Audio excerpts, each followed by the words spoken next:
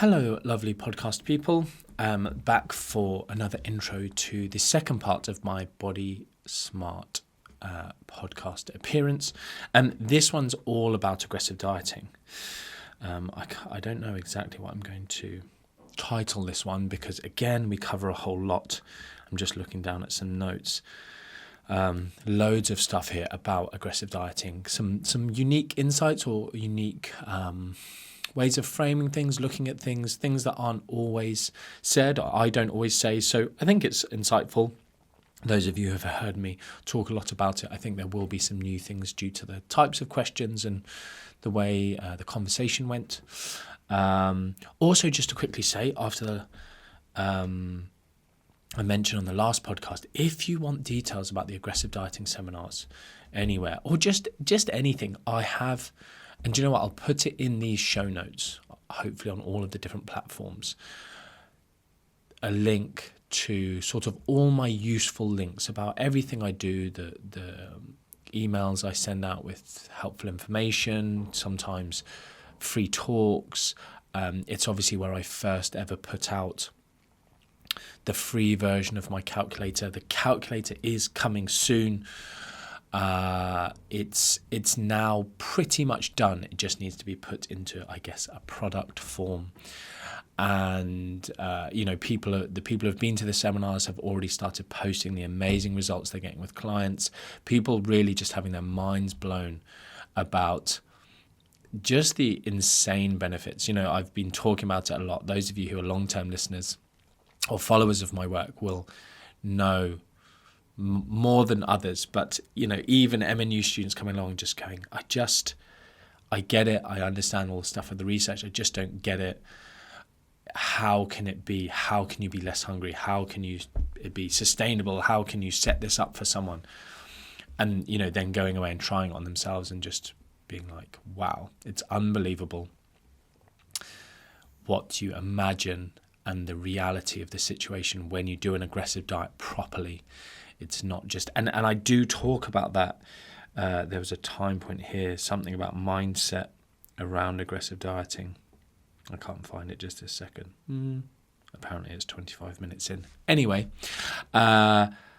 loads of cool stuff. I hope you enjoy it. As I say, I'll put the link in the bottom here. It's the link from my Instagram bio, and it's just got a link to anything about M&U, signing up to getting updates from me. Often people say, "Oh, I missed this. How did I miss it?" And I'm like, "Are you on my email list?" And they say, "No, that's silly of me, isn't it?" And I say, "Yes, it is silly of you." So yeah, I don't email often. I'm not someone who spams. I'm not an email marketer. It's just so that I can drop you a friendly message. It's always me typing it. Saying, look, this is on, do you want to benefit from it? Or here's some free stuff, or here's something you should probably know, etc. Anyway, without further ado, hope you enjoy this second episode, and I will speak to you soon. Much love. Hi, I'm Jamie. And I'm Stacey. And this is the Body Smart podcast. And today we have with us the one and only Martin McDonald, CEO and founder of the MAC Nutrition Collective, which promotes evidence-based nutrition, education, mentoring and consultancy. So amazing to have you here today. Thank you very much for having me. So Martin, one of the things that we really wanted to get your take on was how to tackle a big weight loss goal. Because we often have a lot of clients who join us with 50, 60, 70 pounds to lose. Yeah. And that slow and steady approach can then feel like, blimey, that is going to be a long old slog. I know you've got some thoughts on other ways to tackle it. So tell us what you think. So since about 2015, I've been trying to help the sort of personal training, nutrition industry have another tool in their toolbox. So that there's this mindset around slow and steady is the best thing for sustainability. It's the best thing for everyone.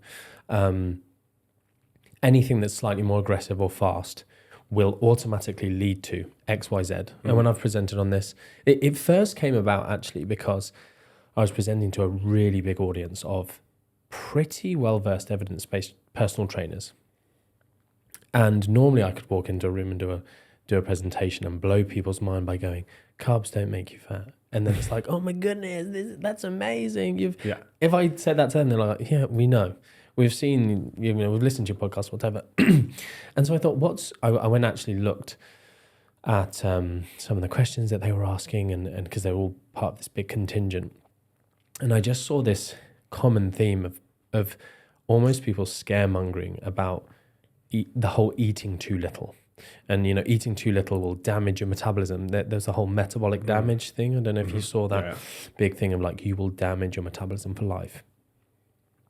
And essentially the research does not support any of these contentions that rapid fat loss is uniquely bad. So what I will essentially say is like, provide me lots of different things of why you think dieting in a greater calorie deficit would be a negative thing. So you get people saying, well, you'll be more hungry, so you'll binge, or be more hungry. Then another one might be, it'll ruin your relationship with food, so you'll end up with binging tendencies. Or you'll have low energy, or your social life will be impacted, etc., etc., etc. And then I'll say, which of these things is unique to a larger calorie deficit? None of them. And what's actually the case is, and then I essentially put up data from lots and lots and lots of studies comparing moderate calorie deficits to maybe larger to very, very, so within the research is something called a very low energy diet. And we're talking 400 calories a day. Wow. In someone who weighs 80 to 100 kilograms or more. We're talking something that's absolutely the antithesis of what the fitness industry would ever tell you. And I will say at this point, I am not recommending anyone to do this necessarily. But what I'm saying is, hopefully and what I will say is, these studies, what they show is people doing this very, very low energy diet report lower hunger than those on the moderate energy restricted diet. Another thing that people say is, well, you'll regain all of the weight, you'll rebound faster, you'll gain it all back. And then they do these studies, 3 months, 6 months, 12 months follow-up, 2 years follow-up, 3 years follow-up. Like in the nutrition research, you will know that is a freaking long follow-up. Like that's impressive. A lot of money and time has gone into that. And we look at the percentage of, I'm trying to think of one of the really good studies on this. I mean, a big one on that is I think it comes down to the individual, doesn't it? In that sense, because for some people, if they've chronically had, and this is typically what we would say we see with our clients, is that they will go on a diet, they will go on something that's actually typically quite aggressive in terms of like a fad or something that they've tried. They will maybe be able to adhere to that process for 2 to 3 weeks. Their willpower will eventually give in. And they will feel like, I cannot keep this up even to hit my weight loss goal, never mind sustain afterwards. They revert back to old eating habits and behaviors, and the weight comes back on and off them more. So like that typically like makes it not sustainable for them. But you can definitely have people who have maybe got a healthier relationship with food, maybe have got a already more of an output in terms of their calorie expenditure. You can put them in a massive calorie deficit, and if it's framed as a season and something that you can go quite aggressive at, and people understand that and manage that expectation, like you can definitely go into it and see faster results. With at least I'd say our clientele, it's not typically something that works very well. I almost wish I had like a pen and paper next to me here to make some notes, because you've touched on so many good things, like just like every little bit of that. There's like 5 important key points that you've highlighted there in terms of so going back to that thing of where people, what they think is wrong with aggressive diets is typically we think of these fads, we think of these MLM companies that are selling these sort of ridiculous overpriced whatever shakes, have the shakes instead of food, etc.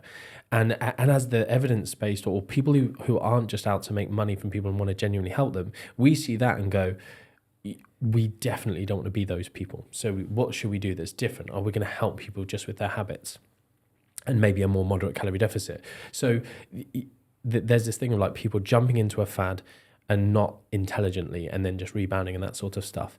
Then the next thing that you said was about the whole like relationship with food. It's such a big factor of, for me, so one of the fantastic things about, for instance, working with a coaching company like yours is you almost prepare people to maybe one day do something like this, because you will be instilling these like good habits. Because really, that's where the world fails. If diets do not fail, like I hate this bullshit about 95% of diets to fail. That's not evidence-based. I said this really nicely on someone's post recently. They're like one of these social justice type people. Oh, we can all, please tell me if I mispronoun you, and oh yeah, thank you for telling me, oh yes, blah, blah, blah. You know, it's just like this real like, thank you for the correction. I will make sure that in future I won't use that ableist terminology. You know, it's just like, and I go in with evidence-based, factual, peer-reviewed reference, non-bullshit, and say, you've said this, actually, here's some data. And it was just literally just this bitchy back chatting of just like, well, actually, I said this from Yoni Friedhoff's blah, blah, blah. And I was like, actually, this is what he says. I know him well. This is the research. So this 95% of diets fail is rubbish. But we get this situation of, if you can have the exit plan, have the lifestyle. If someone just doesn't have the habits to keep the weight off, maintain the weight loss beforehand, there is absolutely no point almost in starting. But if they can learn those, like on this more moderate approach, improving their relationship with food, because there's no point really in getting to your end goal unless you've learned that. So sometimes that's why it's such a positive thing to do things more moderately, because you just need that longer time. You know, you were saying about it can be a bit like, let's say someone was like half to £1 a week, £1 a week, they need to use 70 pounds. It's like, guess what? You've got a year and a half of dieting. It's like, what? You know, they go, I'm going to do a 12-week plan. And it's like, cool. Yeah. You're like a fifth, less than a fifth, a sixth of the way there. But actually, you need that time to reestablish your lifestyle, your habits, what food you buy, when you go shopping, like how you integrate exercise into your life on a daily basis. That's not going to shift in 12 weeks. No, exactly. So that thing of what you're saying there, one of the things I will say is, unless someone is investing in kind of improving their relationship with food. So for instance, I think we're very much on the same page of this. You mentioned flexible dieting, and it felt like from a very positive thing. And I'm just so the same of, for me, that was such a good thing that happened, which obviously was taken to extremes and ruined by some people. Things always are, But it's such a positive message that it ties in with loads of, if we're trying to not give people disordered habits and poor relationship with food that are really, really, really bad. Like, as much as it can seem airy-fairy to just go, so what if someone's a bit anal about the way they eat? So what if, someone has a poor relationship with food? It's like eating disorders, like, I think this is factual. I'm almost certain. We got salmon. We're going to check it. But have the highest risk of death of any mental health illness. It's really bad. It is really, really bad. So it's not in this, like, if you're putting someone on a diet and you're telling them, don't eat this, don't eat that. You're messing with stuff you don't understand, aren't you? Yeah. The carnivore MD guy who just seems to hate porridge oats. I can't remember who highlighted this, but essentially they had someone who had been anorexic, essentially death's door, like, a really horrible illness.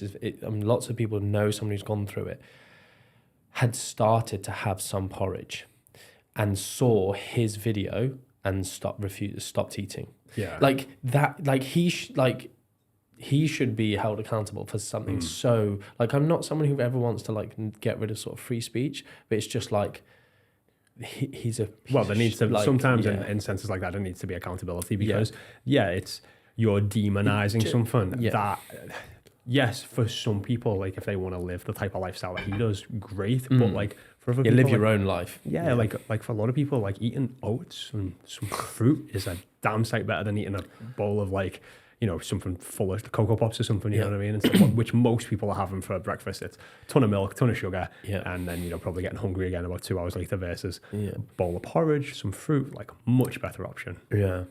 So this thing of people's relationship with food, flexible dieting, getting to this place of, so I use this term, unconditional permission to eat quite often. And it's something that I've done episodes on my podcast about this, relating to, for instance, aggressive dieting. So it sounds crazy to go. So I typically I created an aggressive dieting calculator, and typically people end up in a region of around maybe 800 to 1200 calories roughly. And it uses your sort of current body fat percentage. There's something called the rate of presentation of substrate to the body that you can essentially use. So your amount of body fat actually dictates how much body fat you can lose. So if you have a high level of body fat, you can, through lipolysis, breaking that fat down, present it to the body, into the bloodstream. There is a limit to that rate. If you eat 0 calories, some people cannot lose fat any faster because their body cannot break down fat and present it to be burnt at a fast enough rate. So this calculator essentially works that out for you. And as in to work out the maximum your maximum fat loss rate. Have. Yeah. Right. And so if you're lean, that number goes, or not even necessarily lean, just kind of mid-range. That number, fasting, and what happens then is you just start losing all lean body mass, because then your fat's maxed out. So then we're now taking from lean sources. But someone who has a lot of body fat, which typically if they need to lose, say 70 pounds, they might have, they can go much lower. They'll have less of the negative effects. And but I talk about this unconditional permission to eat. And it isn't just flexible dieting for me. It isn't just this thing of like, oh, you can eat some ice cream within your calories. Flexible dieting for me is flexibility in every realm and facet of what you're doing. So I typically hate deadlines. And I'm not hating on anyone who gets clients to go do photo shoots or pick a date and set goals. But it's an external added, extrinsic pressure on them. And through all the fitness competitors, photo shoots, bodybuilding, where eating disorders and body image issues and just are absolutely rife, there's this external pressure of you have a date. If things aren't progressing at the rate that they need to, you start to tighten, even if the wheels are falling off, you still either, whatever the analogy, put your foot on the gas pedal more, or just tighten those, screws a little bit harder to get that progress. And there's less of a social life, there's less of a dietary variety. Whereas if you can have this fully flexible approach where you go unconditional permission, not just to eat any food you want, but unconditional permission to adjust your calorie deficit back to maintenance that day. We're talking about, I sort of mentioned menstrual cycle earlier, but obviously the hungry week, where metabolic rate changes, appetite changes, cravings change. If you have unconditional permission to go to maintenance just during that week, like imagine you're in you're burning 500, you're in 1,000 calorie deficit roughly, which is not by any realms, I don't think, aggressive. You add in 1,000 calories back to maintenance that week, like how much better? And people go, oh, but it's going to take me forever to get to my goal. And it's like, well, what normally happens during that week? Well, I go off plan, I do this, that, and the other, I gain weight, I do this, that. It's like, so all I'm asking you to do is just get to your goal 25% slower, because you actually then hit the ground running harder the next week. So this thing of flexible dieting, it's like if you can have flexibility in the end goal, the rate of fat loss, you use the word season, like seeing certain calorie deficits as a season. I'm just going to do this for 2 weeks. I'm going to eat 800 calories for 2 weeks. If the other thing is doing it with someone who's coaching you, providing some accountability. Yeah, of course, it makes a huge difference in terms of just being able to adhere to the process, because that can feel quite aggressive for some people, in the sense of they might find some changes in, just physiologically how they're feeling, maybe psychologically, and your coach just be like, that's normal, it's okay, like you are just doing it for 2 weeks in that sense. And would it be something that you would recommend for someone who's quite lean to still take that approach? Because I know you said the rate that you can lose fat is lower. Limited. So say, for example, I've got a holiday in 3 weeks. I have. My approach is your approach. Well, I can have a bit more today. I've got 3 weeks and it's not like I've got loads to lose. It's fine. But if I was to go on an aggressive diet, would that feel significantly harder than someone who had 70 pounds to lose then? I feel like the answer is it depends. Well, yeah, it's not necessarily the feeling of how hard it is. It's just how much fat you're going to lose. Because if you want to put numbers into it, let's say your total daily energy expenditure is, I'm trying to do some real quick math so I end up on a nice number for people, but let's say your total daily energy expenditure is 2,500. And so that's your BMR plus your daily activity plus any little bits of exercise you do around that level. And you eat 1,000 calories a day. You are in a 1,500 calorie deficit. And you, over a period of 5 days, roughly speaking, energy balance and what we understand from the energetics of adipose tissue and stuff, you're going to lose about 1 kilogram of fat by doing so. So 5 times 1,500 is 7,500. So it's about like the 7,700 calories in a pound of a kilogram of adipose tissue. So you go that. Then let's say your body fat percentage is 15% body fat. There's a paper by Alpert et al., and they essentially looked at this rate of fat loss. They looked at this, rate that we could go through lipolysis, the presentation of fat, the stuff I discussed a minute ago. And the numbers that they came out with, I've kind of,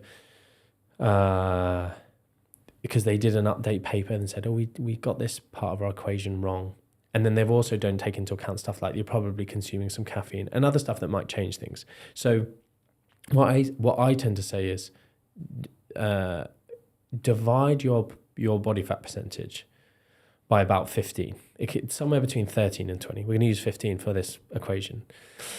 So that's 1. 15 divided by 15, 1. Nice maths. So what that gives you is 1% of your body weight per week is the amount of fat that you'd probably be able to lose. So do you mind saying, or we just go say you weigh like 60 kilos, so a listener, 60 kilos. If they are 15% at 60 kilos, they can lose 1% of their body weight. Now, it's annoying. No one likes percentages. We just move the decimal point 2 places that way. So 600 grams, 0.6 of a kilogram. So they can lose 600 grams of body fat a week.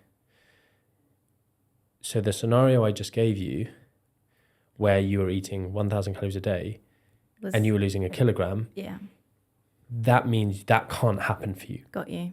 So straight away, an aggressive diet for you doing that wouldn't work. You'd start taking things from lean body mass areas. So that worked out really well. I hope everyone's impressed listening to that. Yeah. So in that situation, there would be no point me eating 1,000 calories. No. Yes and no. And I love that you're asking this question, right? Because I do the same. Because of what aggressive diets do, and that is massively switch off hunger. So I would much rather diet aggressively than do a smaller calorie deficit, simply because it just switches my hunger off. How does that work?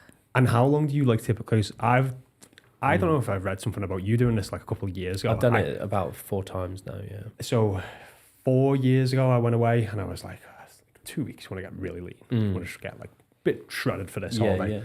Yeah. So I had put myself in like a 2,000 calorie a day deficit. Cool, yeah. And it was like, it sucked for like a day, and then I got used to it, and it was, it was one of them. But I got very lean very fast. But that's like 2,000 calories a day.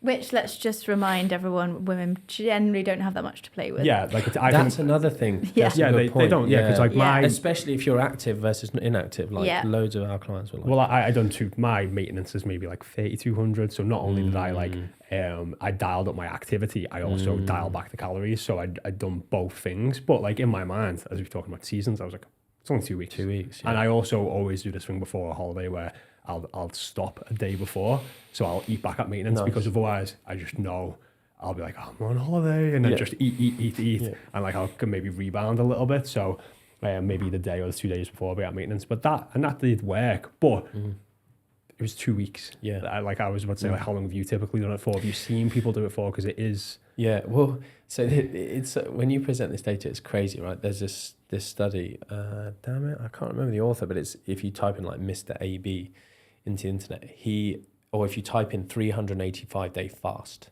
Oh, I've seen this. Yeah. So I present this study all the time because it is crazy. Because when people go, if you skip breakfast, your body will go into starvation mode and you won't lose fat. And it's like, this guy skipped breakfast for a year and every other meal. And he went from...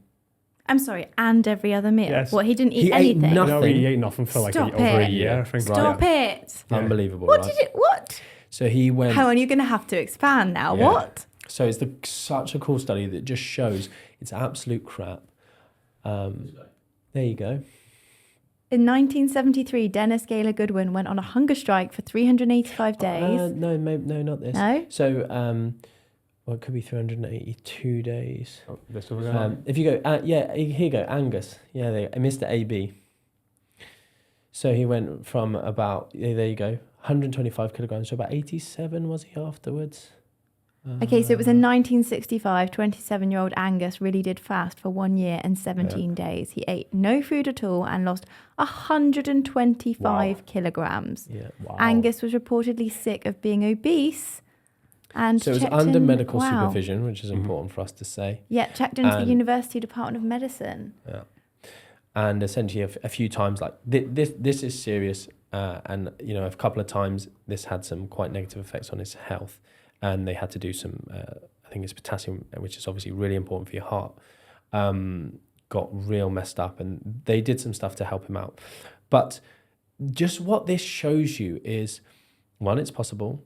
Two, do you think this guy, it's like, there's a term called weight loss resistant females in the research, which typically means people who don't know how many calories they're eating. It's not physiological.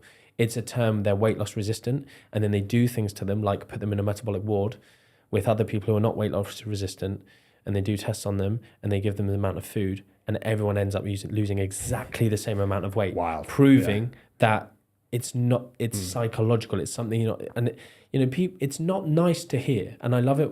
The podcasts for this reason, because you're not having to tell a client that they're a liar. You're not that they're lying to themselves, that they don't understand something, because that's a difficult conversation.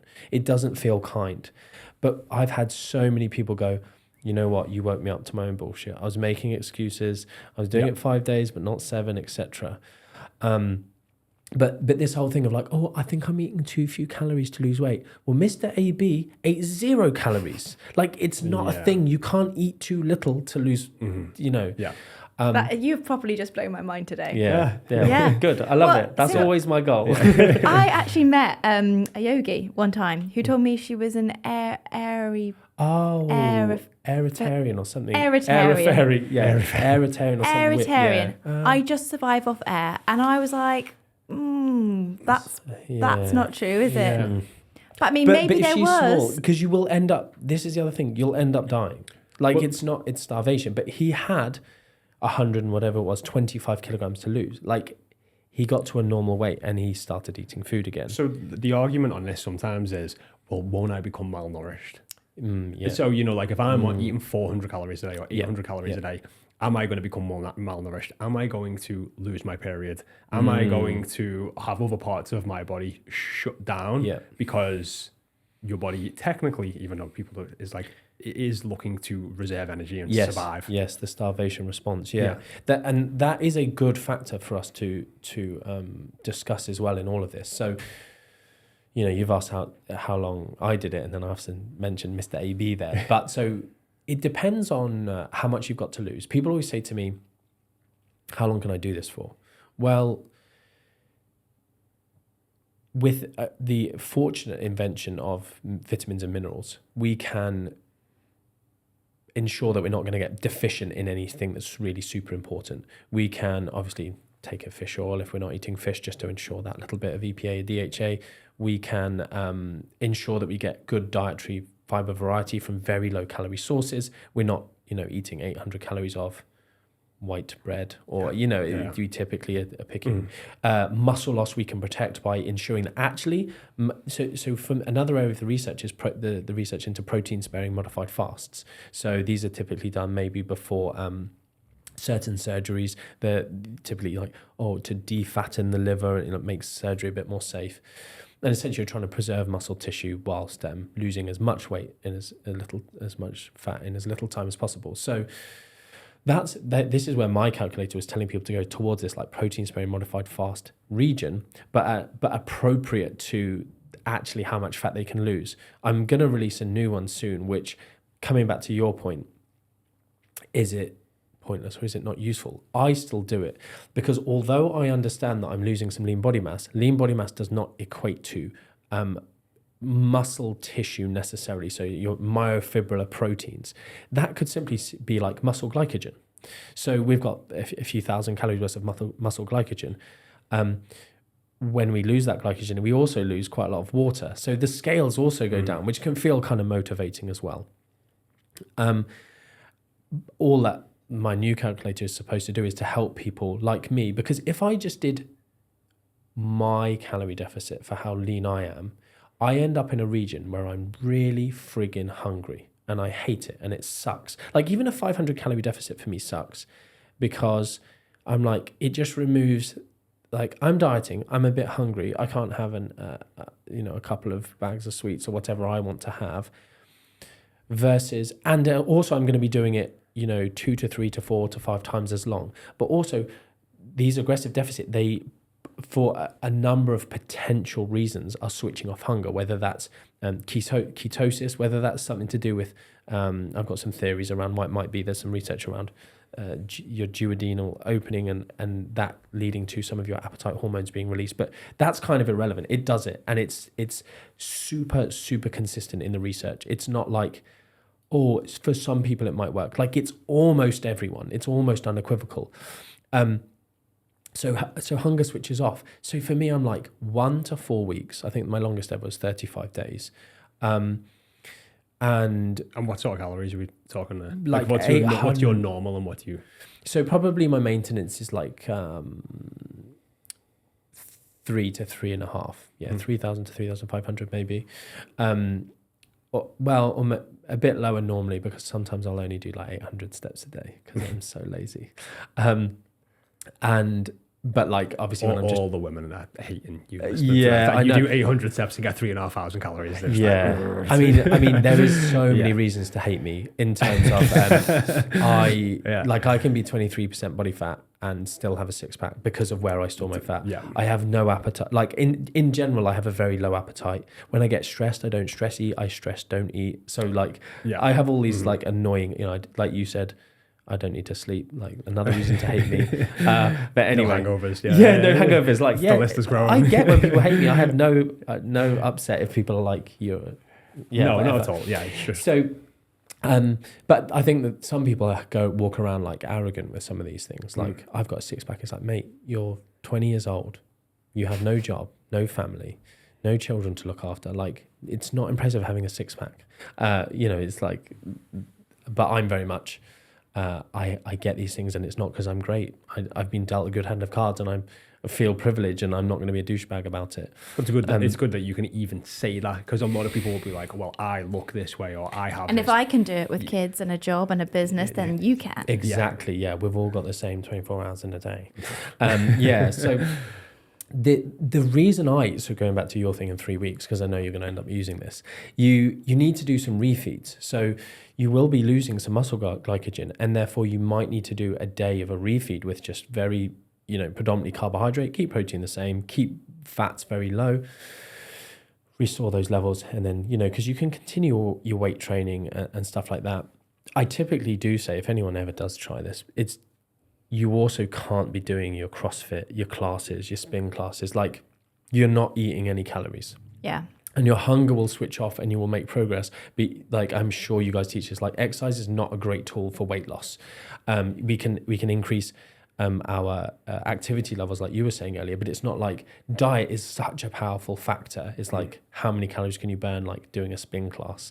And some people talk about, should I eat the calories back? And I know there's back and forth on these things, but eating is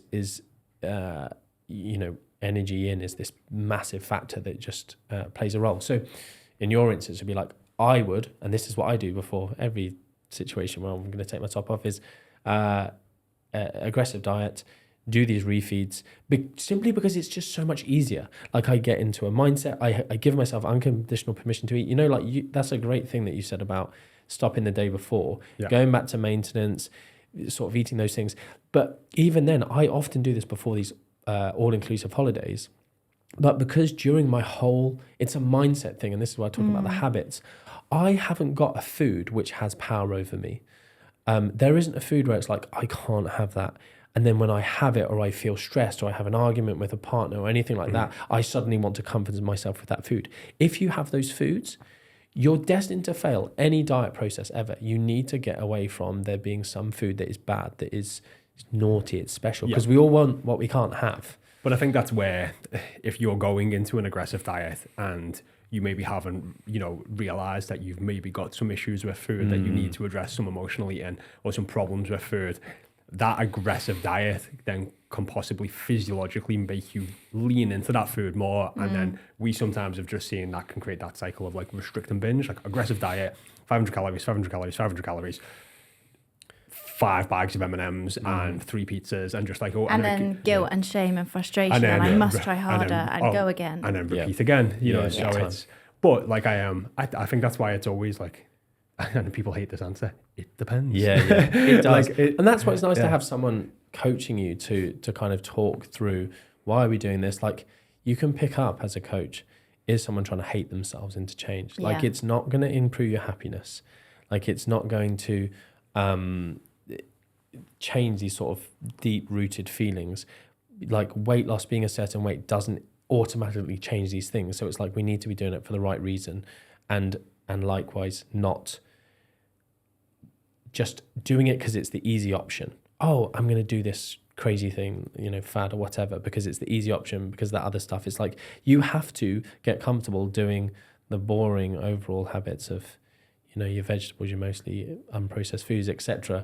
If you can do that, and that's your day-to-day, and that's your default. Like, my default on holiday, on an all-inclusive holiday, is a really varied, really healthy diet, plus, what's it called? Breakfast, dessert. It's like, because it's there. And you have it on that what week or two that you But it's not like, oh my goodness, these are foods I can never eat. I'm going to absolutely binge on alcohol. I'm not going to eat a single vegetable the whole of holiday. Yeah.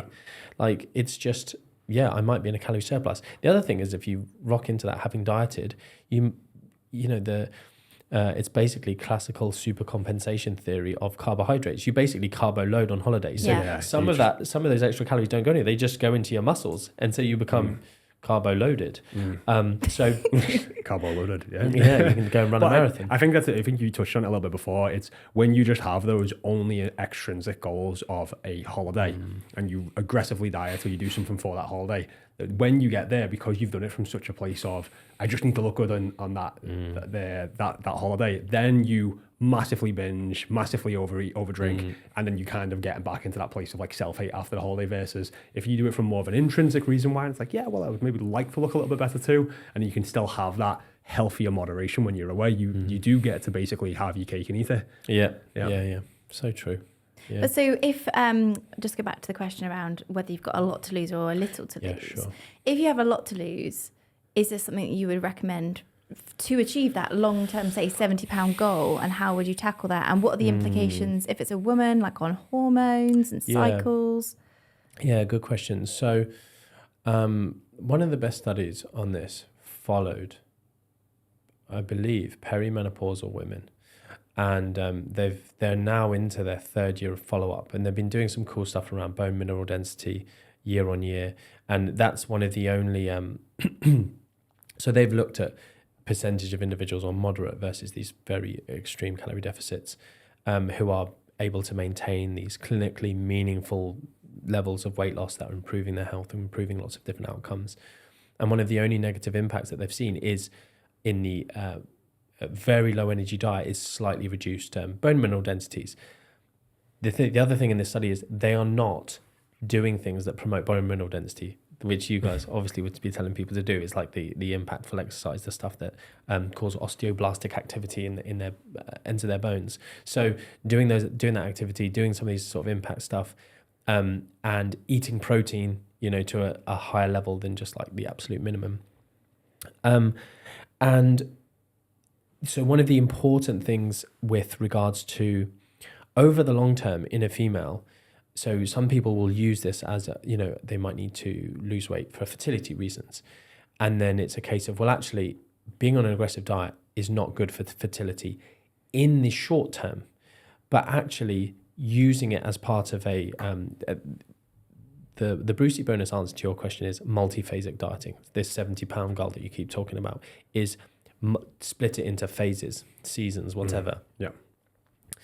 And looking at, okay, we can put some 1 to 4 week periods within this where we might go to this calorie deficit. The thing to bear in mind here is if we just go £1 a week for 70 weeks, which is potentially unrealistic, but maybe if it's £2 and then it goes down to £0.5 by the end, we can average it at 1. You got 70 weeks. How long is that going to take? Like Mr. AB, we're talking 385 days, 125 kilograms. So we're talking like 250, 520, like 4 times slower. Yeah. Yeah, it's unbelievable. So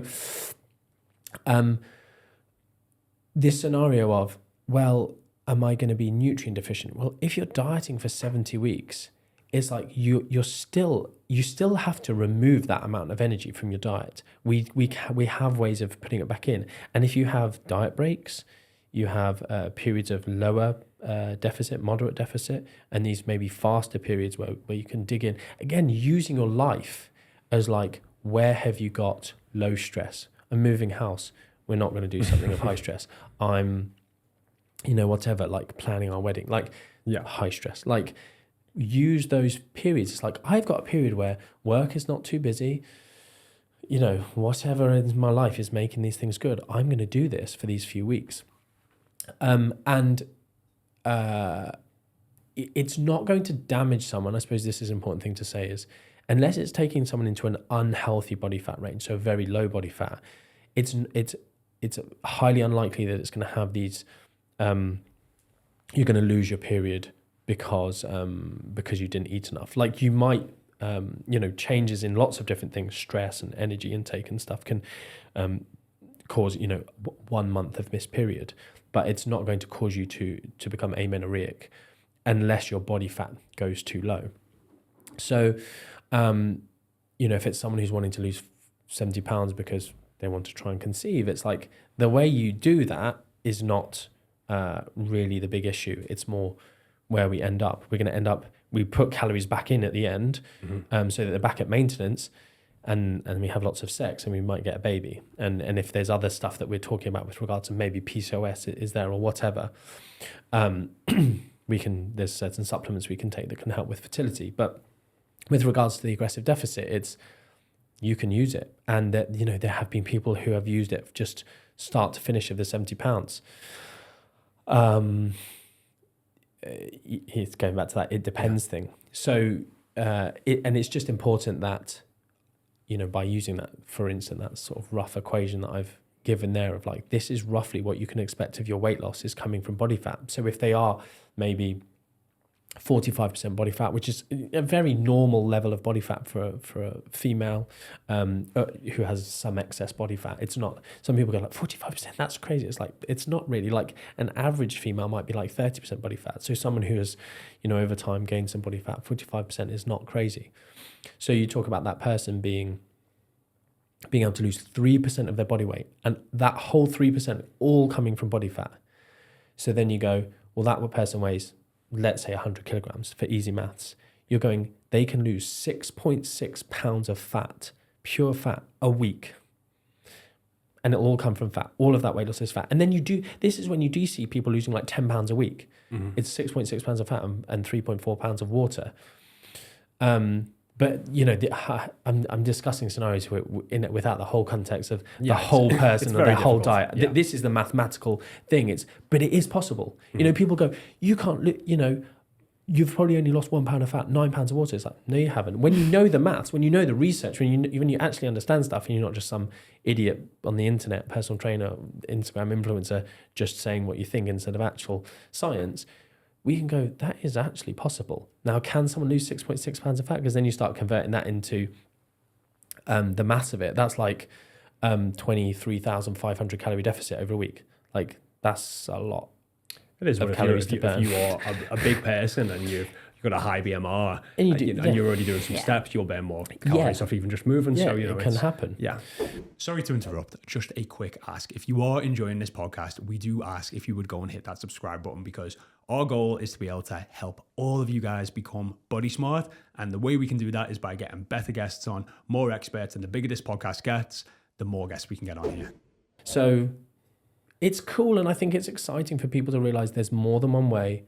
They need to lean into it carefully and be honest with themselves. I've done several podcasts around this, which I always encourage people, go and listen to all of these before you try undertaking this. I think when I was giving out my calculator, I said, I sort of linked to these, you have to listen to these 5 podcasts. They're only short, but it's just like ways to think before starting, an aggressive calorie deficit. And because it is just important, like you can't, the whole unconditional permission to eat thing. I find people go, oh yeah, no, I know I can eat any food I want. And it's a bit like, you can't just say it. Like you truly need to mean that. It's like, your partner goes, oh, do you love me? And you're like, yeah. Well, say it, I love you. No, say it like you mean it. Like, oh, I love you. And it's like, no, I know I can have a donut. It's like, do you really? Like, if you want a donut, are you truly going to let yourself have a donut? And once you get to the point where, like, I'll be aggressive dieting and there'll be certain foods where I'm like, I know I don't feel great if I choose that over this. I feel a bit more hungry, but I'm like, I really freaking want it. So I just do it and I have it. And I either then reduce my 2,000 calorie deficit to 15. That's the other thing as well, just to say this. I'll sometimes get to 7 p.m. and I've only had 600 calories. And so then I've got like 200 to 600 more to have. But let's say I'm really, really hungry and I go, do you know what? I'm going to have 2 meals for dinner. I go up to 1,800 calories and I'm still in a deficit and I've eaten a double dinner. Yeah. But I didn't go, I'll have 2 Galaxy bars, because instantly there it's like, boom, just the world's ended. Whereas if I go, I'm going to have these meals that I eat that normally I'm fine with, I'm going to eat just 2 of them back to back. Oh, I feel really satiated. I'm going to go and lie down and go to sleep. Fantastic. Like there's the area of intermittent fasting was a big paradigm shift for me. Coming from a background of bodybuilding, you have to eat 6 times a day. You can only eat these foods, like, horrendous, killed my relationship with food. Coming from the thing of, you don't lose muscle if you don't eat every 3 hours. It just doesn't happen like that. Understanding that really total daily protein was the only factor, bar some resistance training, that you needed to ensure, and you could eat in any meal frequency and lose weight. I then started fasting until 3 p.m., 4 p.m., 5 p.m. And when you're on lower calories, like I'm sure you guys have seen it, like loads of clients can just go, oh, I'm going to skip breakfast. And they're like, breakfast is the most important meal of the day. As soon as they have breakfast, then they're like, I'm hungry again. Whereas if they just have a coffee or have my thing is I just have a can of Monster, white Monster. And then just I'm working and I'm busy. Yeah. I'm not hungry when I'm busy. I'm working, I'm distracted. But then in the evening, when I'm just sat down, I've got more time, I'm hungry. Cool. It's now, 3, 4, 5 p.m. and you have your first meal. And now between then and bedtime, you can eat all of your calories, whether you've got 800, 1,000, 1,200, 1,500, 1,800, like loads of people are dieting on 1,600 calories. Like, cool, you can eat all of those 1,600 in like from 3 p.m. till 8 p.m. Yeah. It's just like, and then you feel satiated during that time and you go to bed rather than, I'm going to bed really starving, hungry, I can't sleep, I'm just lying because you've spread your meals out. Because you've spread the meals out. Like, it's just, that was a life-giving revelation to me, the intermittent fasting. And again, it's been taken too far. Mm-hmm. People have ruined it. People are saying like, you live forever if you do this. The only way to lose fat, autophagy, like all these fancy words. Yeah. But it's just more tools for people to use that they can go, oh, I don't have to like carry around Tupperware. Like, how many of your clients have you told them to like carry around Tupperware in wouldn't want to work with you? Yeah, probably not. But some people love it. I get it. Like, and I'm not shaming anyone who's like obsessed with. But I think the cool thing with it is, as you keep saying, it depends. But there's also like research to show if you want to do this way, cool. If you want to do it this way, cool. And if you've got something that works for you, great. And if you don't, find something else. It's not one way or the highway, which is really empowering. Yeah. So if you have tried something and it hasn't worked, you're not broken. Yes. You just need to find the thing. Yeah. And thanks for using that word broken, because it's just made me remember there is a mantra out there in some of this kind of body positivity circles, some of the anti-diet circles, some of the health at every side circles that have come to shaming people for wanting to lose weight and change their bodies, which is just absolute crap. Like, we shouldn't shame people for being any body size, but it has literally become a circle of shaming people for just wanting. Like, we've had MNU students who have wanted to change their health. They're in bigger, larger bodies, and they're part of these groups, and they literally express that they want to lose weight, and they've literally been shamed and kicked out of the group. And it's like that, that is just as bad as people shaming people for being another way. So there's this mantra that the whole, you're damaging your body, weight cycling will lead to this thing of like, you're damaged, you can't lose weight. And again, the evidence is not there on that. And I'm saying that because, again, you use the word empowering, and I flipping love that word, of it's so empowering to be told you're not broken. Like, your weight cycling history has not broken you. Actually, this whole thing of metabolic adaptation, when you lose weight, and this, unfortunately, prevention is so much better than cure. But when we start at our body weight of let's say when we're 21, if we do let our body weight track up, if my thumb here is like the amount of energy that you expend at this body weight, when you increase body weight, your metabolism goes up. So some people go, oh, I'm heavy, I've got slow metabolism. And the research doesn't support that. You've got a faster metabolism. Yeah. But when you lose weight, this happens, and it's really unfortunate. You go back to that same weight, but your metabolic rate is slower. And that's typically mostly from NEAT.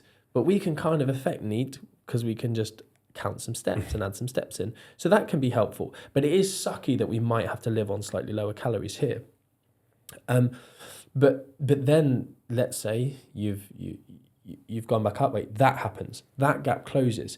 People seem to think that this is what broken would look like. You gain the weight, it comes back down here, then you regain that weight, and you're still screwed. You're not. It goes back to where it was. So it's unfortunate. If you ever want to get back to there, that's going to keep happening, and you have to put in new habits and new lifestyle things, and maybe eat in a change your environment so that you're not being bombarded with foods that you just really want to eat, and you be a bit more active and choose those things. And you can live back here, but it is unfortunate.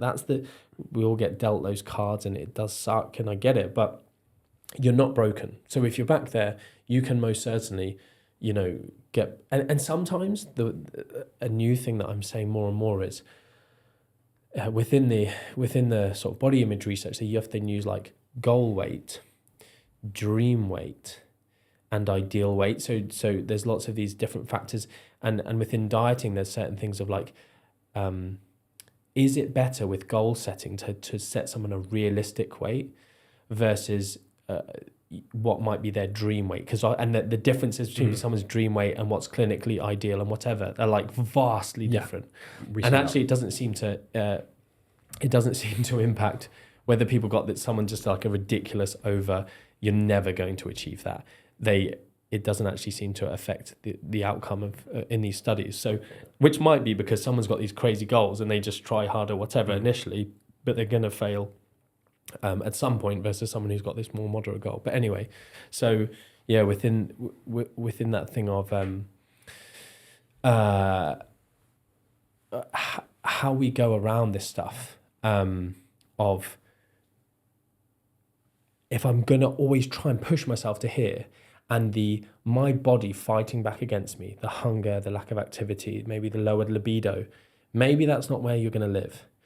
Maybe you can find some solace here. You feel a bit better, you got good habits, you're feeling a bit more confident, your body's moving well, you're not too hungry all the time, you can still be sociable, live there, have a great life, have lots of sex, do whatever, like cool. That's really the goal people are looking for. It's like not a number on the scales. Yeah. Because it doesn't equate to happiness or necessarily those things. So yeah, just to kind of say about they're not broken.